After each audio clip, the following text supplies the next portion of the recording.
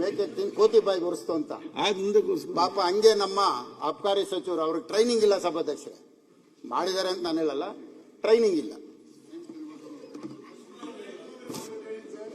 BJP training ಗುರು ಇಲ್ಲದೆ ವಿದ್ಯೆ ವಿದ್ಯೆ ಅಲ್ಲ, ಗುರು ಇಲ್ಲದೆ ವಿದ್ಯೆ ಅಲ್ಲ, ಟ್ರೈನಿಂಗ್ ಇಲ್ಲ ಪಾಪ. ಬಿಜೆಪಿ ಟ್ರೈನ್ ತಗೋಬೇಕು.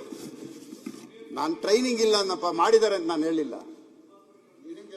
ಬೆಂಗಳೂರಿನ ಹೊಗಳಿದ ಬೆಂಗಳೂರು ಕಂಪನಿ ತಮಿಳುನಾಡಿಗೆ. ನಾನು ಒಂದೊಂದೇ ಲೈನಲ್ಲಿ ಮುಗಿಸ್ಬಿಡ್ತೀನಿ, ಜಾಸ್ತಿ ಬೇಡ. ಇಂದಿರಾ ಕ್ಯಾಂಟೀನ್ ಸಭಾಧ್ಯಕ್ಷರೇ,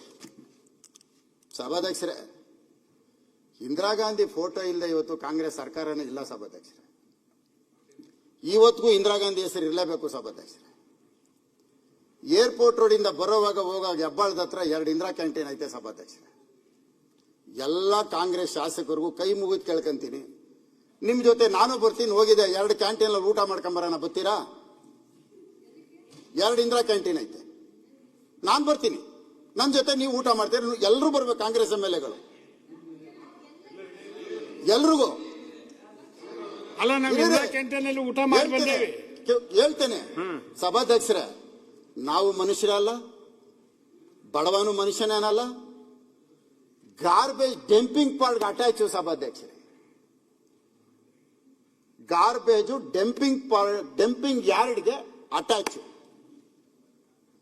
ಲೆಕ್ಕ ಹಾಕೊಳ್ಳಿ ಸಭಾಧ್ಯಕ್ಷರೇ. ಅದಕ್ಕೆ ನಾನು ಕರೀತಾ ಇರೋದು. ಊಟ ಚೆನ್ನಾಗಿಲ್ಲ ಅಂತ ಚೆನ್ನಾಗಿದೆ ಅಂತ ಕರೀತಾ ಇಲ್ಲ. ಇದಕ್ಕೆ ಯಾರು ಮಿನಿಸ್ಟ್ರು ಗೊತ್ತಾ ಸಭಾಧ್ಯಕ್ಷರೇ? ನಿನ್ನೆ ಹೋಲ್ಡಿಂಗ್ ಬೋರ್ಡ್ ತಂದ್ರಲ್ಲ, ಅವರೇ ಮಿನಿಸ್ಟ್ರು,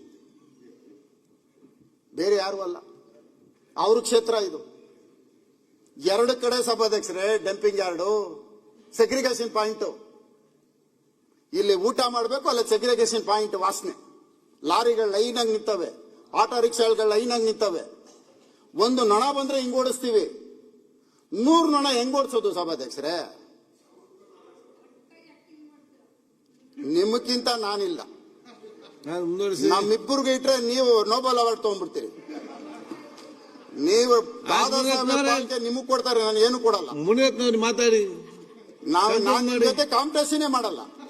ಕಂಕ್ಲೂಡ್ ಮಾಡಿ. ಯಾಕೆಂದ್ರೆ ಕಲ್ಪನಾ ಇದ್ದಿದ್ರೆ 50 ಸತ್ತೋಗ್ಬಿಡ್ತಾ ಇದ್ರು. ನಿಮಗೂ ಹೆಣ್ಮಕ್ಳಿಗೂ 50 ಸತ್ತೋಗ್ಬಿಡ್ತಾ ಇದ್ರು.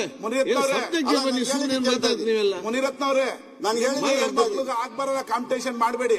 ಅಲ್ಲಲ್ಲ, ನನಗೆ ಯಾವ್ದು ಉಪಯೋಗಿಸ್ಬೇಕು ಆ ಪದ ಉಪಯೋಗಿಸ್ಬೇಕು, ಇಲ್ಲಿಗೆ ಸಂಬಂಧಪಟ್ಟಿದ್ದ ಪದ ಉಪಯೋಗಿಸ್ಬೇಕು. ಆಕ್ಟಿಂಗ್ ಅನ್ನೋದಕ್ಕೆ ನಾನು ಪ್ರೊಡ್ಯೂಸರ್ ನಾಟ ಆಗ್ತದೆ ಸರ್ ಬ್ರದರ್. ಬಟ್ ಆಕ್ಟ್ ಮಾಡಕ್ ನನಗ್ ಬರಲ್ಲ. ತಾವು ಸರ್ಕಾರದಲ್ಲಿ ಇದ್ರಲ್ಲ, ನಾನು ಆಕ್ಟ್ ಮಾಡಕ್ ಬರಲ್ಲ. ನಾನು ಆಕ್ಟರ್ ಅಲ್ಲ. ಅಲ್ಲ ಸರ್, ಕಂಪ್ಲೀಟ್ ಫಿನಿಶ್ ಮಾಡಿ ಮುನಿರಾಜ್ ಮಾತಾಡಿ. ಆಮೇಲೆ ಆ ಕ್ಯಾಂಟೀನ್ ಮಾಡಬೇಕಾದಾಗ ತಾವು ಇದ್ರಲ್ಲ, ಅದಕ್ಕೆ ಊಟ ಮಾಡಕ್ ಕರೀತಾ ಇರೋದು. 5 ಮಿನಿಟ್ಸ್ ಮುಗಿಸಿ ಮುನಿರತ್ನವ್ರೆ, 5 ಮಿನಿಟ್ಸ್ ಮುಗಿಸ್ಬೇಕು ಸಭಾಧ್ಯಕ್ಷರೇ. ಆಯ್ತು, ಕಂಪ್ಲೀಟ್ ಮಾಡ್ಬಿಡ್ತೀನಿ ಸಭಾಧ್ಯಕ್ಷರೇ. ನಾನು ತಮಗೋಸ್ಕರ ಬೇಗ ಮುಗಿಸ್ಕೊಂತೀನಿ ಸಭಾಧ್ಯಕ್ಷ. ನನಗೋಸ್ಕರ ಈಗಲೇ ಮುಗಿಸಿಬಿಡಿ. ನನ್ನ ಮೇಲೆ ಏನೇ ಆಗಲಿ ತಮ್ಗೆ ಅಭಿಮಾನ ಸಭಾಧ್ಯಕ್ಷ.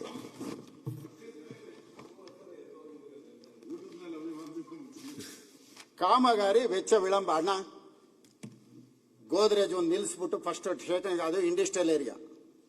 ಈ ಮೆಟ್ರೋ ವೆಚ್ಚ ಭಾರ ಜಾಸ್ತಿ ಆಗಿರೋದಕ್ಕೆ ಅವೆರಡನ್ನ ಅಕ್ವೈರ್ ಮಾಡಿ. 1.25 ಎಕರೆ. ಇವತ್ತು ಮೆಟ್ರೋ ಸ್ಟೇಷನ್ ಎಷ್ಟು ಇಂಪಾರ್ಟೆಂಟು.